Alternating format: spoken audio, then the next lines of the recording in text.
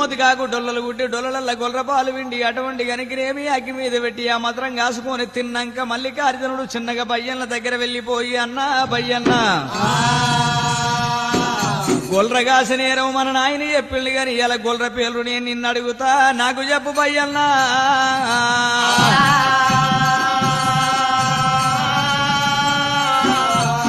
అన్నా బయ్యన్న ఒక గొర్రెకు 4 గాలి తెల్లగున్నది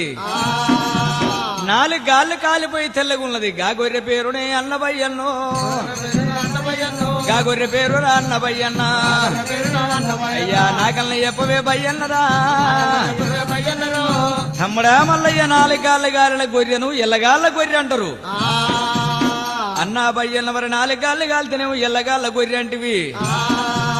ఓ గొర్రెకు ఒక్కటే కాలిగాలి ఉన్నది నాయన్నరో ఆ గొర్రె పేరేవి బయ్యన్నరా అయ్యా వినవయ్య తమ్ముడ మల్లయ్యరా అంటే గాలి గొర్రె నా తమ్ముడా ఒకటే కాలిగాలి ఉన్న దాన్ని అండగాలి గొర్రె అంటారు అన్నా బయ్యన్న ఓ గొర్రెకు 2 పక్కల గాలున్నాయి ఆ గొర్రె పేరేవిరా అన్న బయ్యన్నో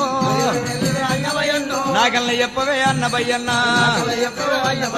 వినవయ్య తమ్ముడా మల్లయ్యా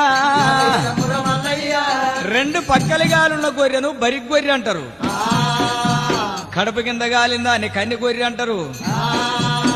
మరి అక్కడింత ఇక్కడింత గాలింది పొడలు గాలింది దాన్ని దిమ్మల గొర్రె అంటారు తమ్ముడా మల్లయ్యా